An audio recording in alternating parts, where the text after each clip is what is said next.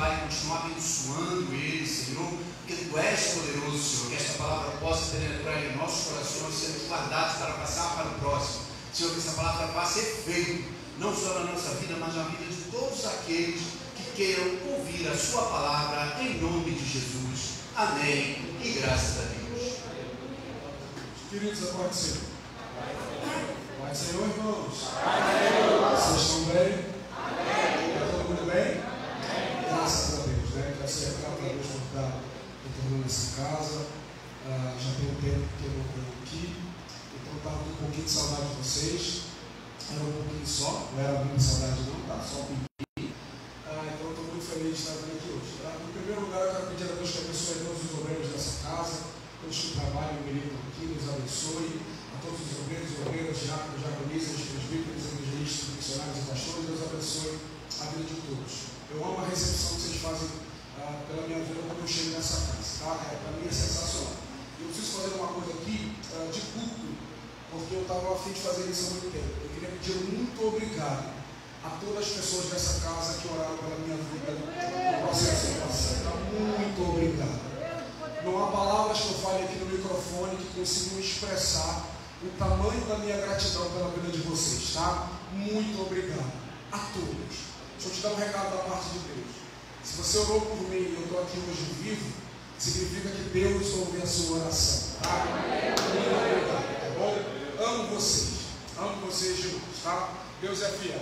A juventude, eu estava feliz, estava só para ver vocês. Estou feliz de ver vocês, feliz de ver o Eric, há muito tempo que eu não via. Está malhando, Eric? Pela fé, né? Graças a Deus. Juliana, estamos juntos, cadê Ju? Tá aí, estamos juntos, né? Deus abençoe. Essa máscara está top, né? Graças a Deus. Máscara de outro patamar. Glória a Deus, Deus abençoe. Pastora Cris, estamos juntos, tá? Obrigado por tudo. Isso é uma bênção de Deus na minha vida, tá bom? Pastor Júlio, está com saudade do senhor. É engraçado que quando vocês sabem que eu peguei o Covid-19 no início do ano, deixa eu falar para quem de repente não sabe. Eu peguei o Covid-19 no início do ano e eu fiquei 2 meses internado no Hospital Federal do Sucesso e fiquei 22 dias em coma. 22 dias em coma, lutando para poder viver. Por que eu estou falando isso? Estou falando isso porque se de repente eu ficar fraco ou o fôlego sumir, você já sabe que eu estou em processo de reabilitação ainda. Hoje você vai ouvir um pregador com mais ou menos 40% a 50% da sua força normal.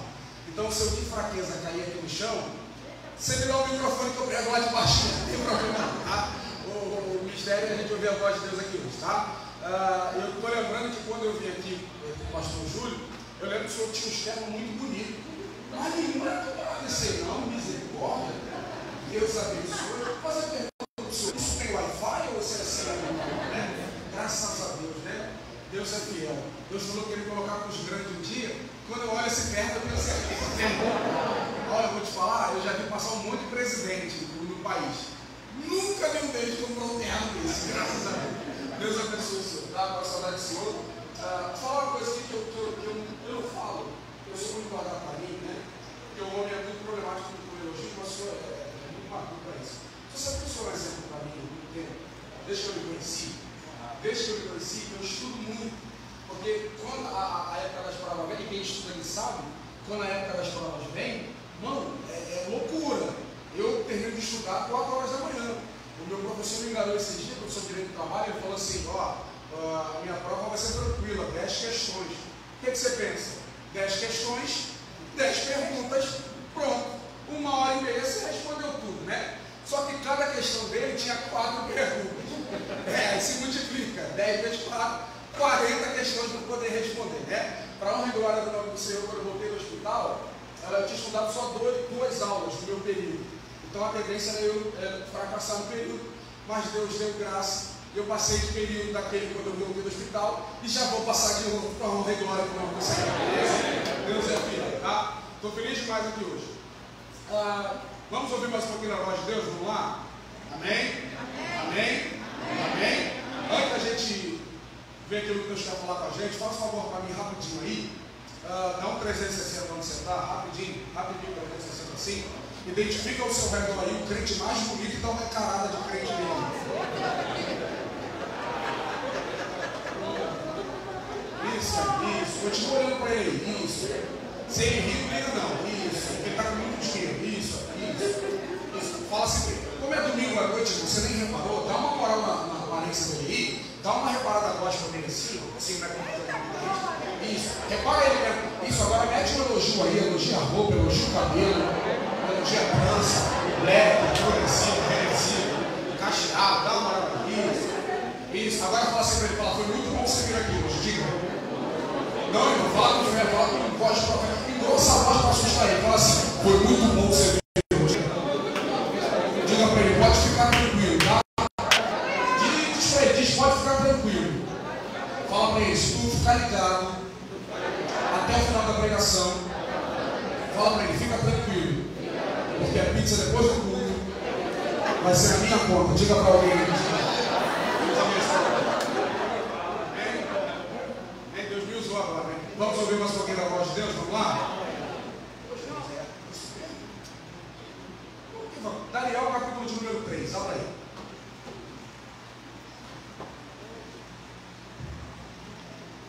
Graças a Deus. Estão fazendo obra na igreja? Graças a Deus, está muito bem.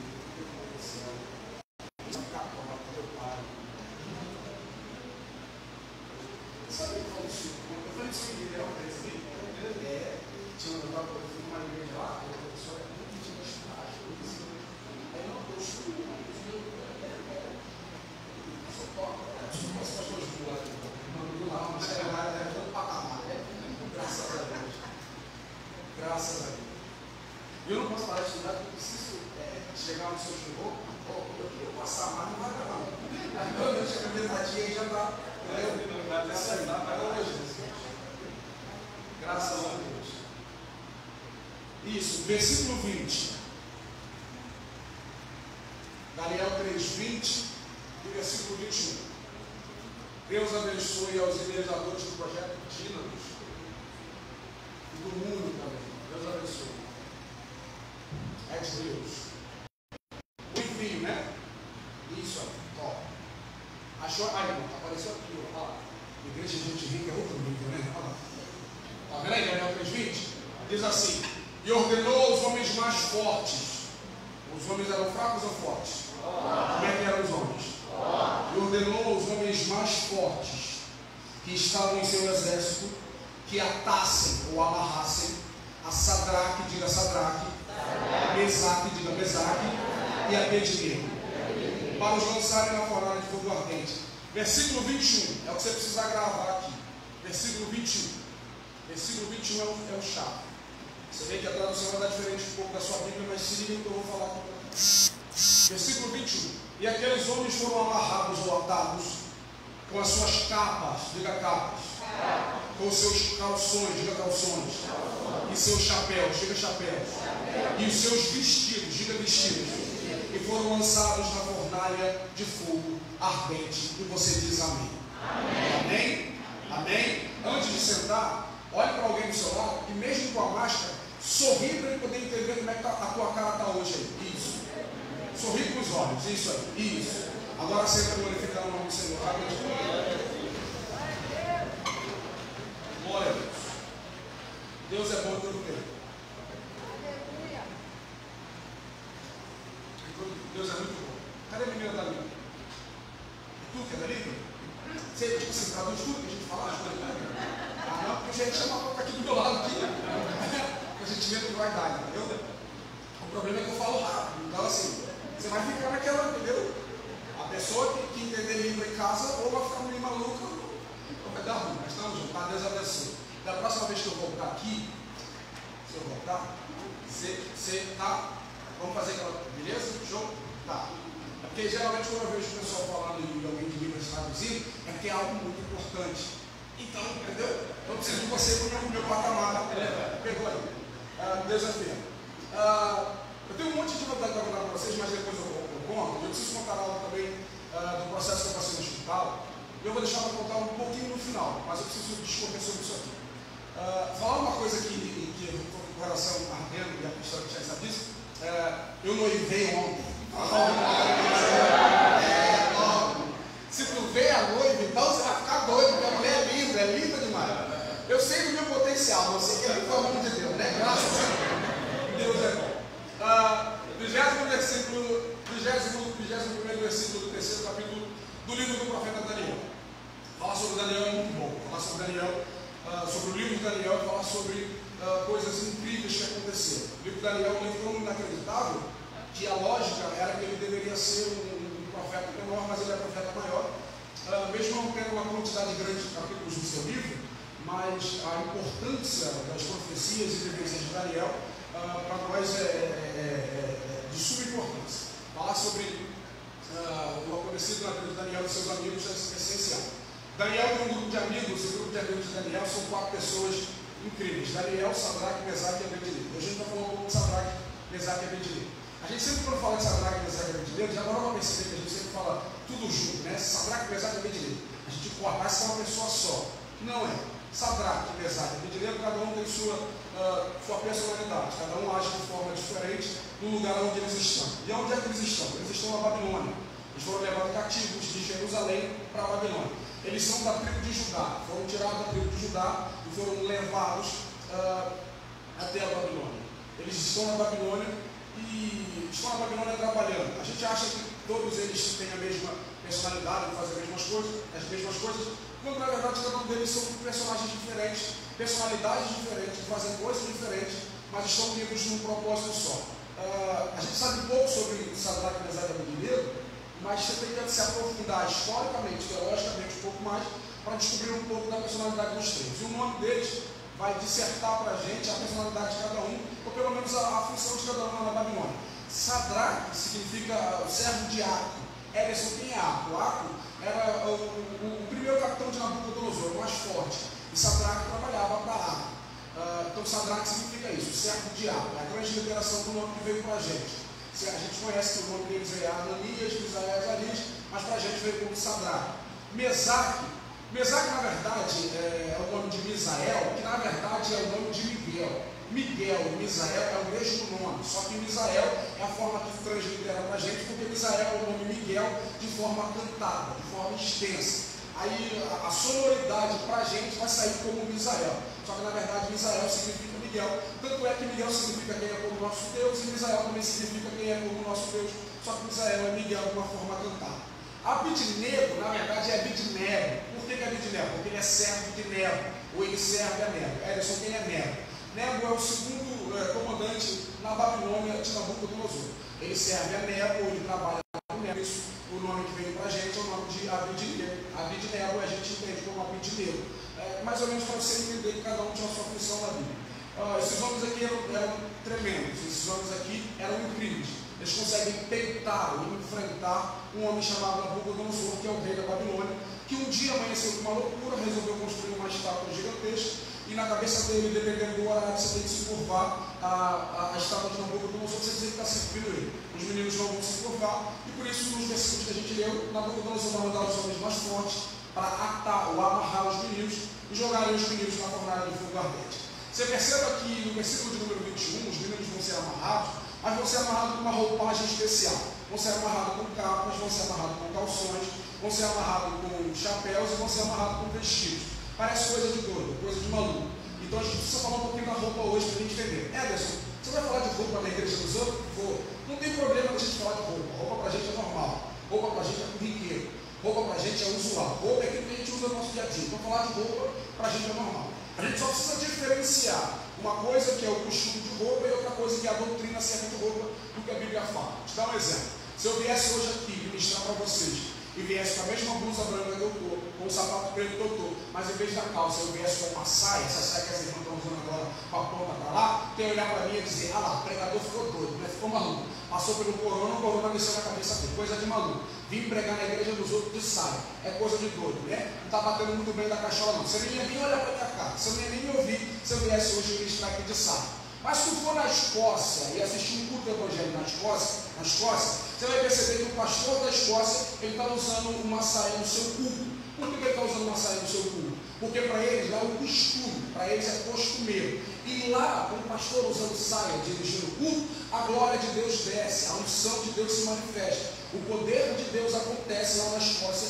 mesmo com o pastor usando a saia. Por que acontece isso? Porque é o costume e Deus respeita o nosso costume. Se eu viesse aqui ministrar hoje, em vez dessa roupa que eu estou, eu viesse com um vestido tubinho, esse vestido que as irmãs estão usando agora, você ia me olhar e ia dizer, ah lá, está endemoniado, coisa do capeta, lá, tem nem cheio para usar vestido tubinho e quer subir lá em cima para poder pregar, é coisa de doido, ele está meio maluco, né? Depois do corona, ele ficou meio, bota a mão na cabeça dele para tirar esse demônio aí, para ele nunca mais usar vestido. Por que você ia achar estranho? Porque não é nosso costume, para a gente não é normal, para a gente não é casual, não é usual a gente usar vestido. Mas se tu for na Angola para assistir um culto, alguns países africanos, você vai ver que os pastores da Angola estão usando vestido. Por que eles usam vestido? Porque é o costume deles. Para eles é normal, para eles é natural. É o costume deles usar vestido e o fogo de Deus desce no culto deles. A presença de Deus se manifesta, Deus opera maravilha no meio deles, com o pastor usando vestido. Mas por que acontece isso?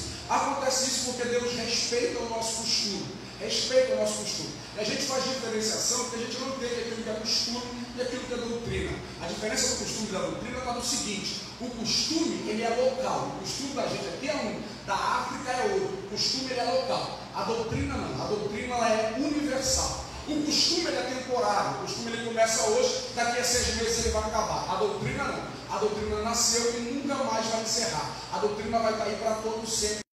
Quando a Bíblia fala para a gente acerca de se vestir, não fala do tipo de roupagem que você deve vestir, ela fala apenas da coerência. Por que você tem que se vestir com coerência? Porque a coerência, a coesão, vai fazer com que você se vista de forma adequada. Porque o vestir, ou a vestimenta, ou o tipo de roupa que eu uso, vai determinar o grupo social ao qual eu pertenço. Escute isso. A roupa que eu estou usando, a roupa que eu costumo usar, vai determinar o grupo social ao qual eu estou pertencendo, o grupo de pessoas ao qual eu amo. Exemplo, se você parar para analisar aqui, tem uma galera que está na igreja que está com a calça um pouquinho acima, mostrando metadinha na canela. É o bonde do Eric. A gente sabe que a galera do Eric e costuma usar dessa forma. Por quê? Porque o grupo social dele se veste dessa forma. Se tu for no show do Gustavo Lima ou da Marília Mendonça, que é aquela sofrência miserável, você vai perceber que no show deles lá, o pessoal que vai para o show deles vai estar vestindo com aquela calça apertada embalada a vácuo, vai estar com aquela bota com aquele bico para cima, aquela escola na parte de trás, camisa quadriculada, cinto de fivela grande e aquele chapéu de palha. Por que o pessoal está vestido assim? Porque o grupo social que gosta de Gustavo Lima, de Marília Mendonça, se arruma desse jeito. Então para eles é normal, para tu ser aceito no grupo social deles,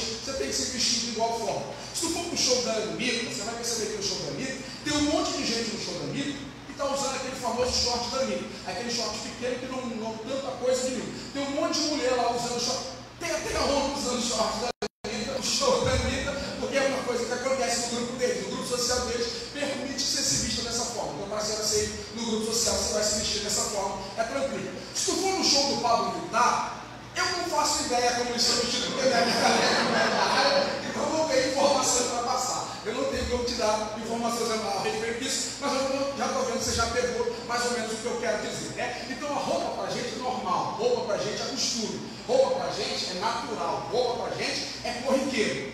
Para judeu, não. Judeu, quando se arruma, não se arruma por qualquer motivo, não se arruma com roupa corriqueira. Não, judeu na Bíblia, quando se arruma, igual Sadraque, Mesaque e Abednego, se arruma por um projeto, por um propósito, porque a roupa do judeu vai determinar, grave isso, a roupa que o judeu dá vai determinar o momento da vida qual ele está passando. É por isso que quando você lê a Bíblia, você vai ver que às vezes na Bíblia vai ter alguém vestido de linho puro, colocando o ouro sobre o seu pescoço num dia. Aí dias depois a mesma pessoa vai se vestir de panos de saco e vai jogar cinzas sobre a sua cabeça. Por quê? Porque são momentos distintos, são momentos diferentes, momentos diferenciados para os judeus, exigem roupas diferenciadas. Cada momento na vida deles vai permitir que eles se arrumem de uma determinada situação ou com um determinado tipo de roupa. E aqui, Sadraque, Mesaque e Abednego vão colocar esses 4 tipos de roupas que a gente leu. Vai botar capa, vai botar chapéu, vai botar calção e também vai colocar vestido. É coisa de doido, coisa de maluco. Os meninos se arrumaram, mas se arrumaram para ir para a fornalha. É coisa de doido. Não tem por que você usar chapéu se você vai para a fornalha de fogo ardente. Não precisa botar capa. Se tu vai para a fornalha, você vai vivo, mas você vai morrer lá dentro da fornalha. Você não vai sair de lá vivo. É coisa de doido. Aí eu queria saber o porquê que eles colocaram esse tipo de roupa e que tipo de roupagem é essa que eles colocaram. Aí pesquisando a Bíblia Sagrada, eu descobri que a roupa que Sadraque, Mesaque e Abednego colocaram aqui é a mesma roupa que Ana e Eucana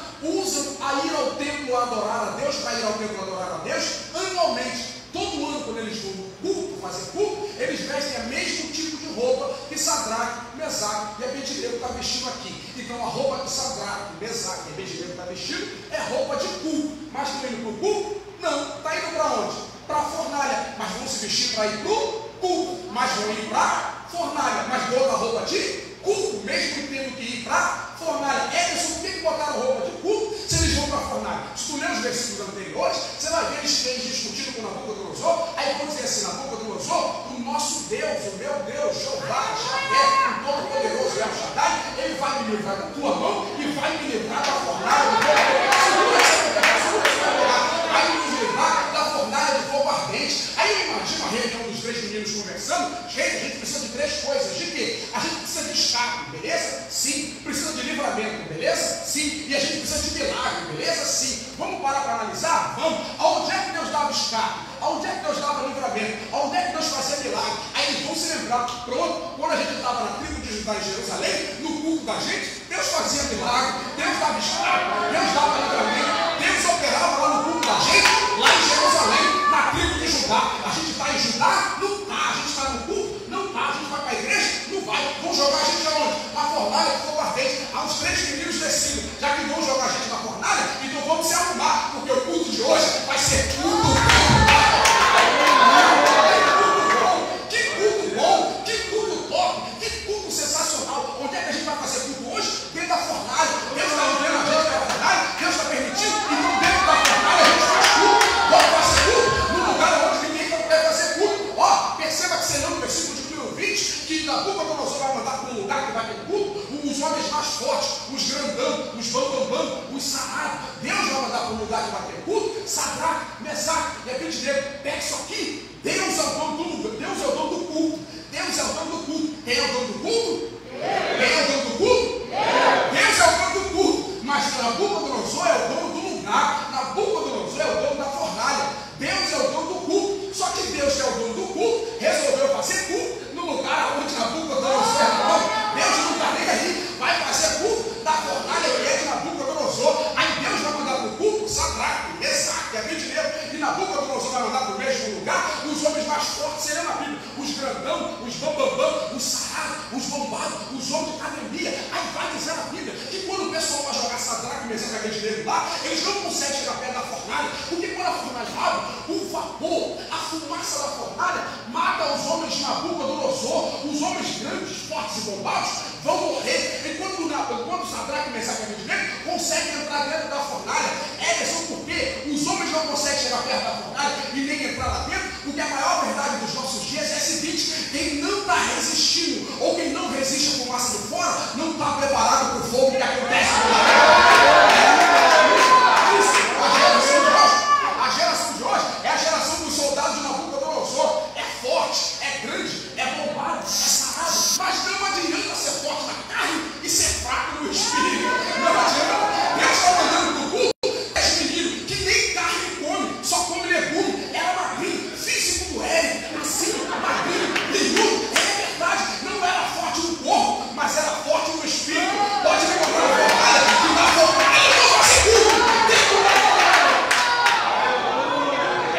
O culto deles é bom? Que culto bom, culto sensacional, culto dentro da fornalha, culto na fornalha é bom demais, que culto maravilhoso. Uma coisa eu sei, fogo não falta, fogo tem direto, porque os meninos estão lá dentro da fornalha. É sensacional o culto dele. Perceba que vai acontecer algo aqui estranho, fica com raiva de mim não, mas está gravando, então quem está ouvindo vai ter que ouvir isso aqui. Escuta, a Bíblia vai dizer que os homens mais fortes vão morrer. Por que morre? Porque alguém acendeu a fornalha 7 vezes mais. É o mesmo grupo de soldados que aqueceram a fornalha do lado de dentro 7 vezes mais. Perceba que alguém vai morrer do lado de fora, porque alguém exagerou do lado de dentro. Alguém exagera do lado de dentro e vai causar morte no pessoal que está do lado de fora. Está estudando isso aqui? A geração de hoje que a gente conhece é a geração do evangelho do exagero. Tem uma geração que está se levantando aí, que é a geração do exagero. Todo dia que vem para o culto, tem que quebrar tudo, tem que pular, tem que rodar, tem que sapatear. É a galera do exagero. Mas não adianta exagerar aqui dentro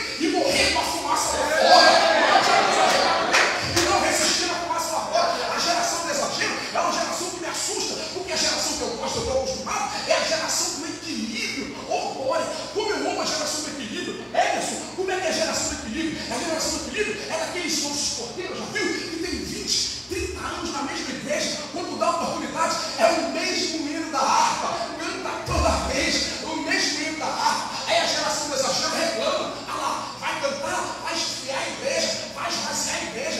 sempre se rindo. Sabe o que eu gosto da geração do equilíbrio? É que a geração do equilíbrio canta hoje, mas amanhã canta de novo. E depois da manhã, canta de novo. Eu sou a favor da geração do equilíbrio. Vambora, faz o favor para mim, te leve. Você pega a corona com o senhor, mete um John Jones e deitar do seu lado assim, rapidinho. Isso. Diz assim para ele, entre a geração, diga. Profético é entre a geração. O equilíbrio.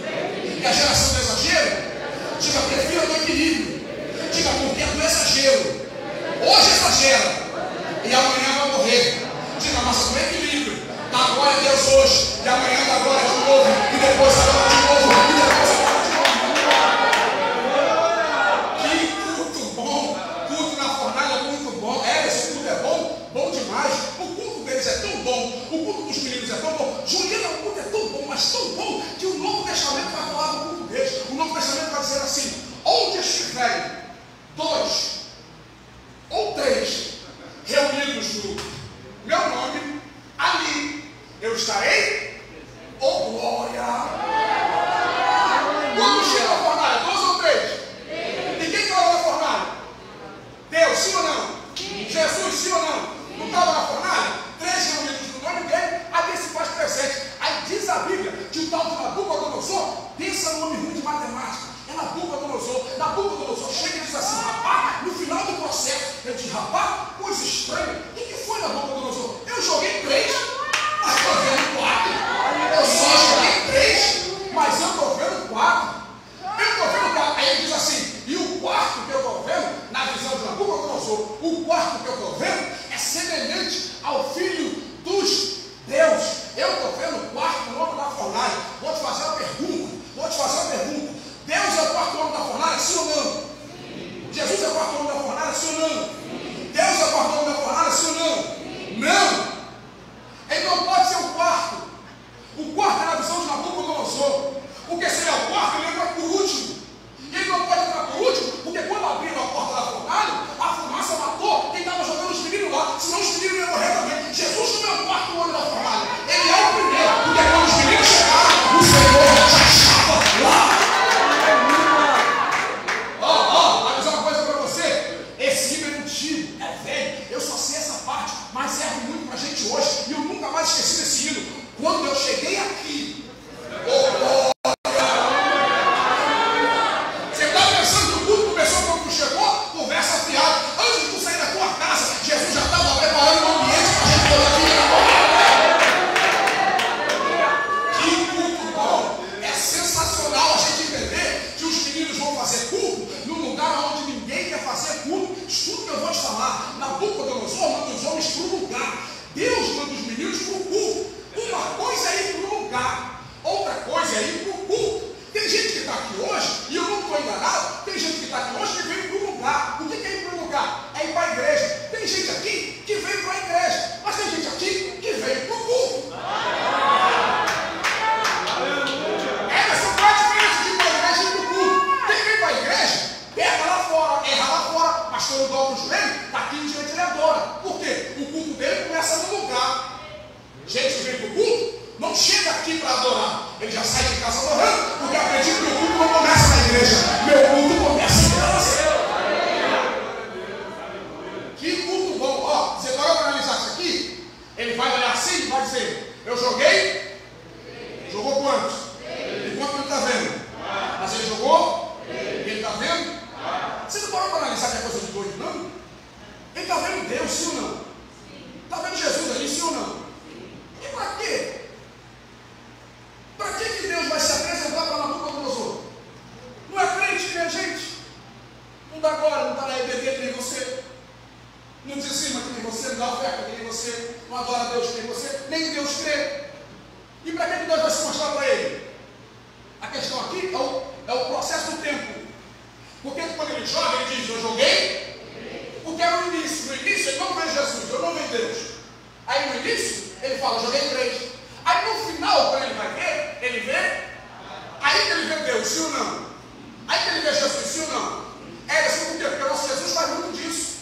No processo da nossa vida, alguns projetos de Deus da nossa vida, ele faz assim. Ele se esconde, ou melhor, ele fica invisível no início, para se apresentar no final. No final, quando a Nabucodonosor olha, diz: estão vivos. E provavelmente foi Deus que livrou. Sabe o que Deus está mandando te dizer? Tem projeto na sua vida que no início ninguém vai ver Deus. Vai mandar tu desistir, vai mandar tu parar, vai mandar tu não continuar. Você não sabia que quando o dilúvio começou, nem todo mundo dava a real importância? Por quê? Estava no início. Mas o segredo não é o início, o segredo é o... Porque às vezes no início não vê Deus, mas no final a mão dele aparece para provar que toda a honra, toda a glória, todo o louvor tem que ser dado a ele. Ele aparece no final. Deixa eu encerrar isso aqui porque eu falo muito, eu tenho pouco tempo. Eu tenho 4 coisas para falar, mas não dá. Então eu vou falar 2 para a gente fechar rapidinho e já levantar e receber de Deus. Os meninos vão se arrumar e você eu, com capas, sim ou não? Calções, sim ou não? Vestidos, sim ou não? E chapéus. Vou falar só de capa e vestido, só. Não vou falar de chapéu, porque chapéu demoraria muito tempo. Só para você ter ideia, chapéu é aquele pipaco que todo judeu usa na cabeça. E para que o judeu usa aquilo na cabeça? Para 2 coisas. Primeiro, para mostrar subordinação a Deus. Ele mostra que Deus está em cima e ele está embaixo. E para ser identificado. Chapéu ou pipaco judeu que fica na cabeça dele é para identificação. Eu viajei esses dias para Ribeirão Preto, aí eu no aeroporto, vi passar uns meninos com o mesmo terno igualzinho, tranquilo, não sabia quem era. Quando voltaram para entrar no avião, já botaram o pipaco. Por que botaram o pipaco? Estavam com medo do avião cair, de repente está aqui. Vai que o piloto do avião é vascaíno, o negócio está ruim, né? Então isso aí, né? Aí botaram o pipaco na cabeça. Quando bota o pipaco, você sabe quem é judeu. Pegou aí? Então, Sadraque, Mesaque e Abednego, vou entrar na fornalha e vou botar chapéu. Por quê? Porque quem visse os meninos entrando na fornalha ia chegar em casa e dizer: ó, jogaram os meninos na fornalha. Quem são? Não sei. Qual é o nome? Não sei. CPF? Não sei. Idade? Não sei. O que você sabe? Eu sei que é o povo de Deus, porque eu vi o chapéu na cabeça. Então, eu ficava muito tempo isso aqui, porque eu precisava falar, porque crente com chapéu na igreja, beleza. Tem crente que entra na igreja, eu põe chapéu, mas quando sai para a rua, então vamos correr. Você já pegou esse negócio aqui? Vamos correr. Vamos correr para o negócio da rua. Eu ia falar de calção, mas também vou falar de calção, porque calção aqui é roupa masculina e roupa masculina nessa época aqui só usa homem. Então, Sadraque, Mesaque e Abednego, quando você começou na Babilônia, ó, eu estou entrando na fornalha hoje como homem, tá? Eu entrei na Babilônia como homem. Se eu sair da Babilônia, eu saio como? E o homem tem a atitude de? Como é que é a atitude de um homem? Eu falei, então eu vou cumprir aquilo que eu falei. Davi, antes de morrer, vai virar para Salomão e vai dizer: Salomão, antes de tudo, ser profeta, foi isso? Antes de tudo, ser cantor, foi isso? Antes de tudo, ser homem. Por quê? Davi estava dizendo para Salomão: Salomão, tudo que eu prometi eu cumpri. Nem tudo eu fiz certo, mas eu paguei por tudo aquilo que eu fiz. Porque o homem precisa entender: o que eu falo é aquilo que eu tenho que. Porque a vida do homem de Deus é sim, ou glória. Vamos lá, vamos passar. Então João Paulo fala só de capa e de vestido, a gente fecha. Capa. Eu não ia falar sobre a capa, mas a gente precisa responder alguém que não tem que falar sobre a capa. A capa para o judeu é muito útil, porque o judeu é um povo nômade. Era só o povo nômade. O povo nômade é o povo que está aqui hoje. Põe a casa, acampamento aqui. Mas se nós falar para ele ir, ele tem que largar tudo e armar acampamento em outro lugar. Então muda de lugar constantemente. Se Deus fala: está em Jerusalém, vai lá para a Ilha do Norte, tem que ir. Deus mandou, tem que ir. Aí eles usam a capa. E para que a capa? A capa serve 3 coisas: proteção, dividida em 3 partes. Faz muito sol, capa na cabeça. Chuveiro, capa na cabeça. Mas para mim, e o que serve para a gente aqui hoje, a melhor funcionalidade da capa, a melhor, é que quando você chega num terreno que você não conhece, o terreno é espinhoso, ou com muitas pedras, ou de difícil acesso, ou não dá para ficar ali tranquilo, o que você faz quando você está cansado na noite ou no dia? Você tira a capa. O terreno não é bom para ficar, não é bom para deitar, mas você tira a capa e forra a capa no terreno ruim. Aí a capa nivela o terreno ruim e você consegue descansar num lugar que não era para você descansar. Pegou? Tem situação na tua vida que você não está descansando. Você não está entendendo o processo da capa na sua vida. Deus está mandando dizer para alguém aqui, no processo que você está passando, eu sei que está difícil, mas descansa. Êxodo 14:14. E o Senhor pelejará por vós. E vós. Encerrar aqui. Vestido. Pronto. Vestido. Aqui. Isso. Aqui. Vestido. Para que os meninos usam vestido? Como toda roupa de judeu é simbólica e passa uma mensagem. A roupa que os meninos colocam aqui, o vestido, passa uma mensagem para a gente. Qual mensagem é essa? Passa a mesma mensagem que um momento da nossa vida, ou da vida de alguém que a gente conhece, o vestido é muito importante. Eu estou falando de um período chamado período do casamento. Você já foi em casamento? Em casamento, existe uma roupa que é a roupa mais famosa do casamento. É a roupa do noivo? É a roupa dos padrinhos? É a roupa do pastor que celebra? É o quê? Oi, noivo. Vestido de quem? Da noiva. Você já parou para pensar que quando você vê a noiva entrando, todo mundo se emociona no casamento? Principalmente as mulheres. Eu não vou não, porque o homem não chora. A partir de hoje, porque ontem eu chorei demais. Então, quando a noiva entra no casamento, você não fica emocionado? É um lugar que todo mundo chora e não é de tristeza. A noiva vem pelo vestido, você está vendo ela vindo, aí você se alegra com a noiva. Quando ela entra no casamento, você não se emociona? Sim ou não? Mas ela já casou? Não. Ela já assinou? Não. Ela tem que chegar lá. O pastor faz a cerimônia e ela se casa, sim ou não? Mas só de ela chegar, você não fica feliz com ela? Para tu, na nossa cabeça, o casamento já não está acostumado. Sabe por que é isso? Porque o vestido passa a seguinte informação. Quando a noiva entra no salão, na igreja com o vestido, a informação que ela passa para a gente é a seguinte: ó, como um de vocês, eu passei prova, eu sofri, eu lutei, eu passei no deserto, me tacaram pedra, desacreditaram de mim, teve torcida contra, mas no final de tudo, eu venci. O vestido serve para dizer que, independente do que ela passou ou está passando, o vestido significa dizer que ela já venceu. Sabe porque tem gente aqui que anda com muita depressão na sua vida, sempre depressão, tristeza noturna? Porque você não está vestindo um vestido espiritualmente que Deus está te dando para tu vestir. O vestido dá a certeza da vitória, independente daquilo que a gente está passando.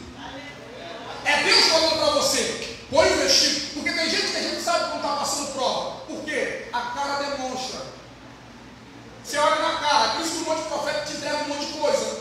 Porque a cara denuncia o momento que você está passando. Mas quando o crente anda de vestido, ele está sorrindo. Você acha que ele está bem? Está passando uma prova.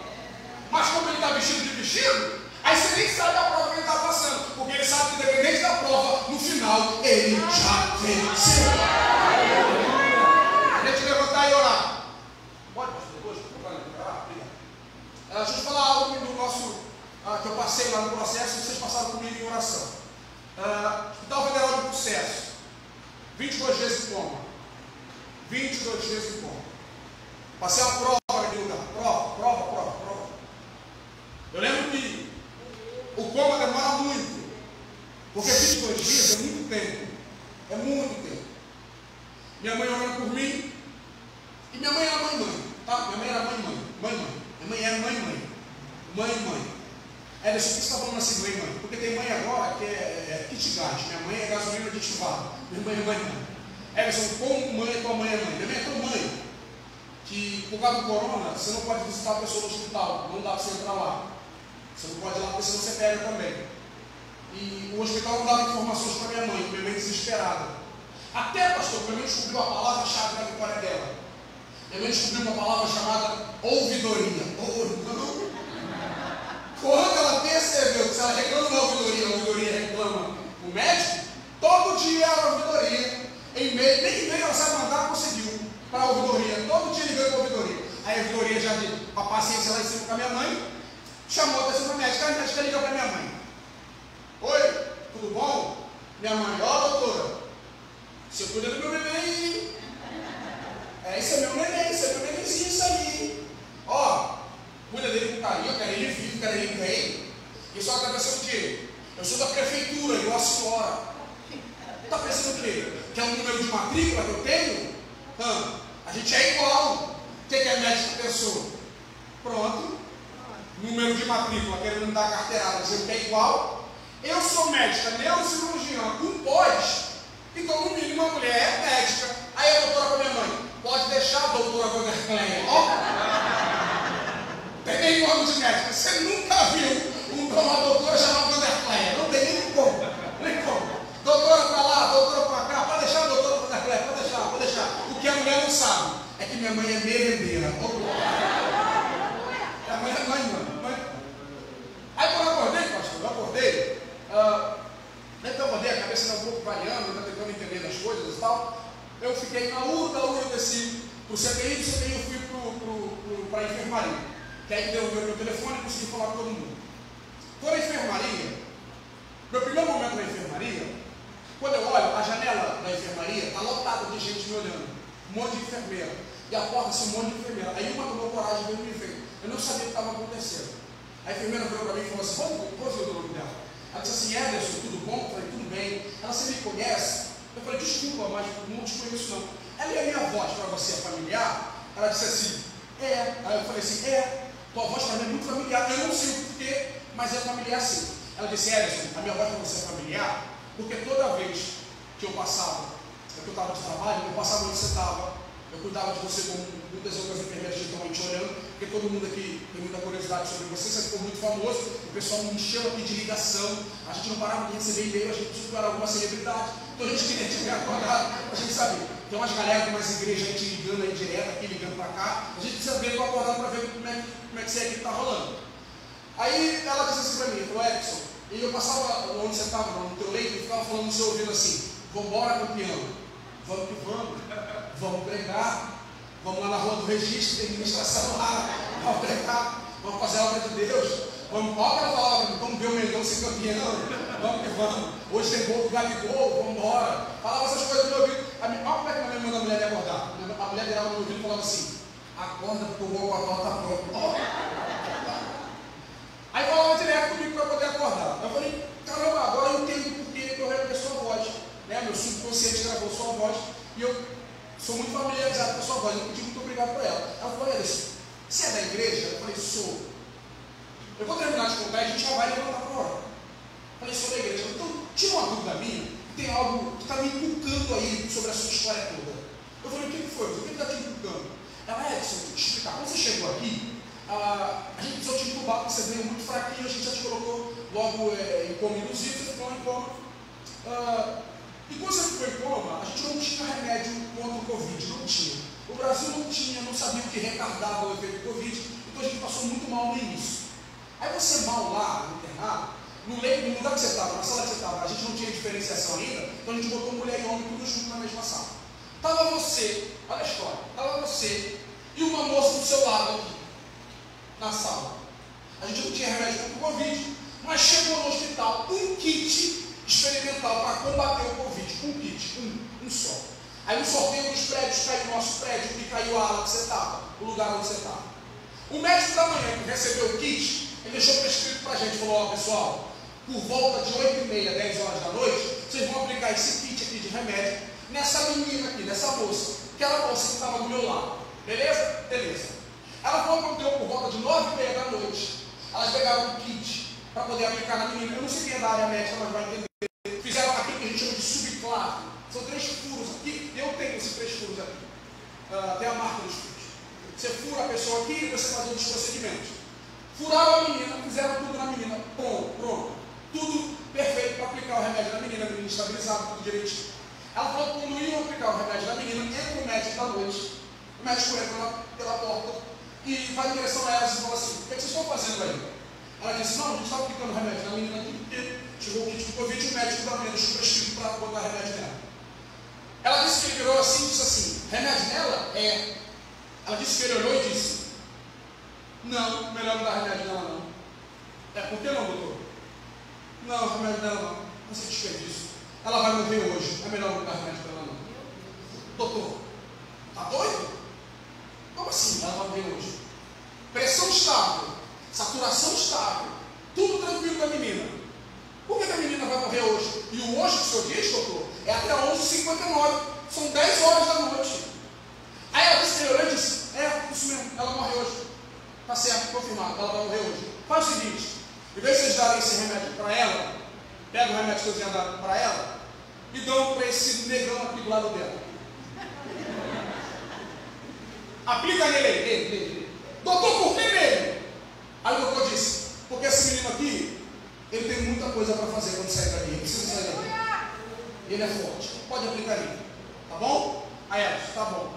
Ela disse que o médico ia sair. Falou que o médico abriu a porta, botou o primeiro pé lá fora. Elas lá do outro lado cochicharam entre si. O médico está doido. Maluco. Vamos na dele não, a gente nem conhece esse médico. Vamos aplicar remédio nela mesmo. Não vamos fazer o que ele quer. Ela disse que não tinha como ele ouvir do outro lado da sala. Ela disse que quando ele estava saindo, ele bateu o pé, virou e veio com uma autoridade enorme em direção a elas e falou assim: a partir de agora, eu não estou mais pedindo, eu estou dando ordem, eu estou ordenando que dê remédio para ele. É a minha ordem. Ela disse que se arrepiou toda. E com medo do médico, falou: pode deixar. E foram aplicar remédio e o médico foi embora. Ela disse que quando deu 11h50 da noite, a menina que o médico disse que ia morrer teve parada cardiorrespiratória súbita. Num estalo de dedo. Ela me disse: Everson, parecia que alguém veio, pegou a vida da menina e levou. Do nada, a menina parou de respirar e faleceu. Eu falei: Rosilda, é isso que está te empurrando? Ela disse: Everson, não. Porque por pior que seja, isso a gente vê no hospital sempre. Só que, Everson, por procedimento padrão, quando acontece uma morte, a gente tem que ir no médico do plantão para explicar para ele a morte. Everson, e você sabia que nesse hospital ninguém conhece esse médico aqui? Falei: Rosilda, como é que é? Ela disse: Everson, ninguém conhece o médico. A gente foi para a sala de vídeo para ver a entrada e a saída dele. Everson, não tem entrada, não tem saída, ninguém sabe de onde ele veio, ninguém sabe para onde ele foi.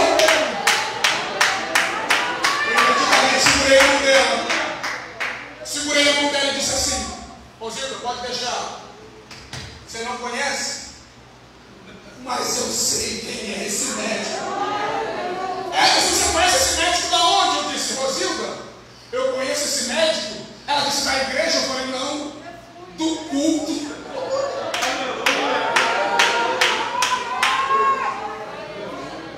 Eu conheço o médico do culto, porque toda vez que eu entro no culto, a mesma presença que eu senti lá dentro, eu consigo sentir no culto.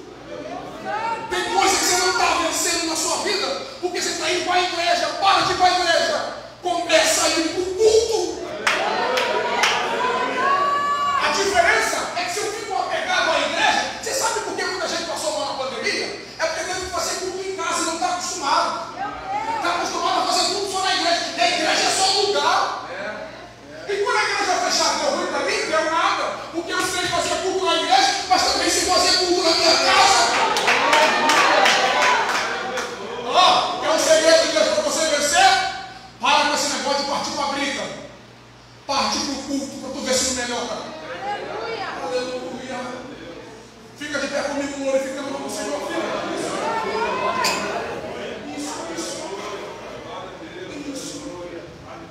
Isso. Hoje o tema do nosso culto é sobre os enviados. Mas Deus só envia alguém para um projeto ou propósito. E não dá para Ele te enviar se você não entende de culto.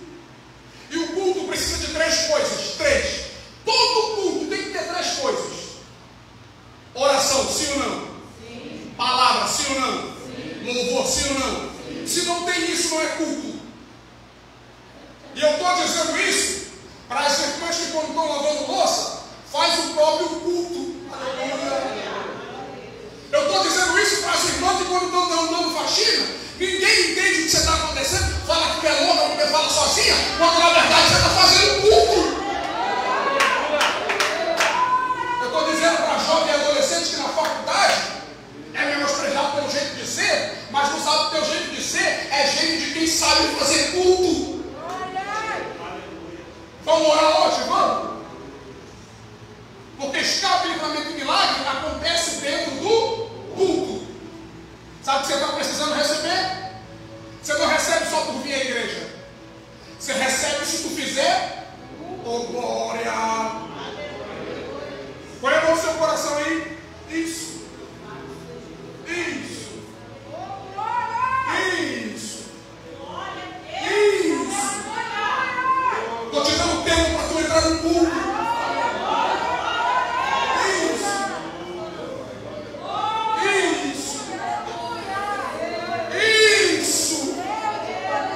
Você percebe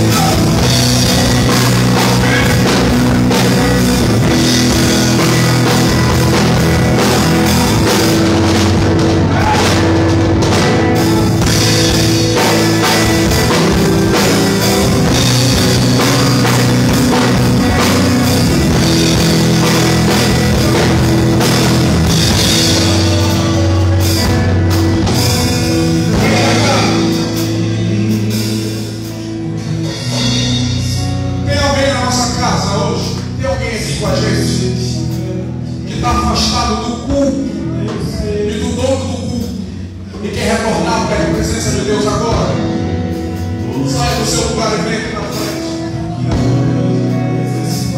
Tem alguém no nosso meio que quer voltar a sentir o que sente por toda a vida. Saia do seu lugar e venha aqui na frente. Eu quero orar pela sua vida.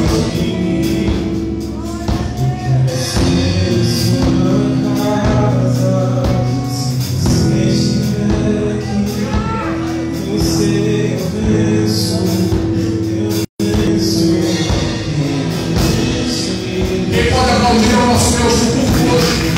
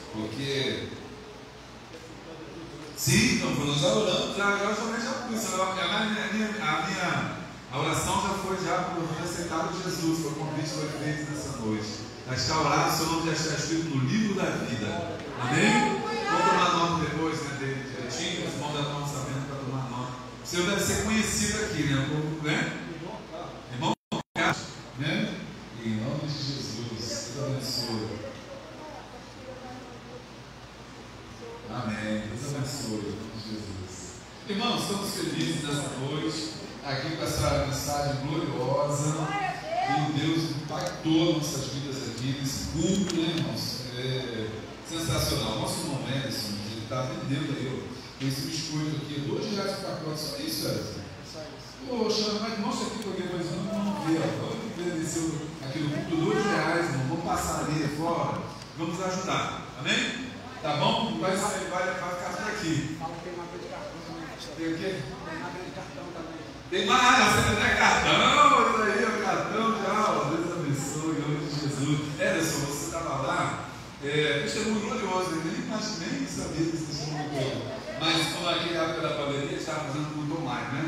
Aí chegava em casa, o Cristiano mostrava, aí falou assim, ainda está lá ainda. Ainda está lá ainda. Ainda está lá ainda. Não, mas quando ele sair de lá, você passou o processo, vamos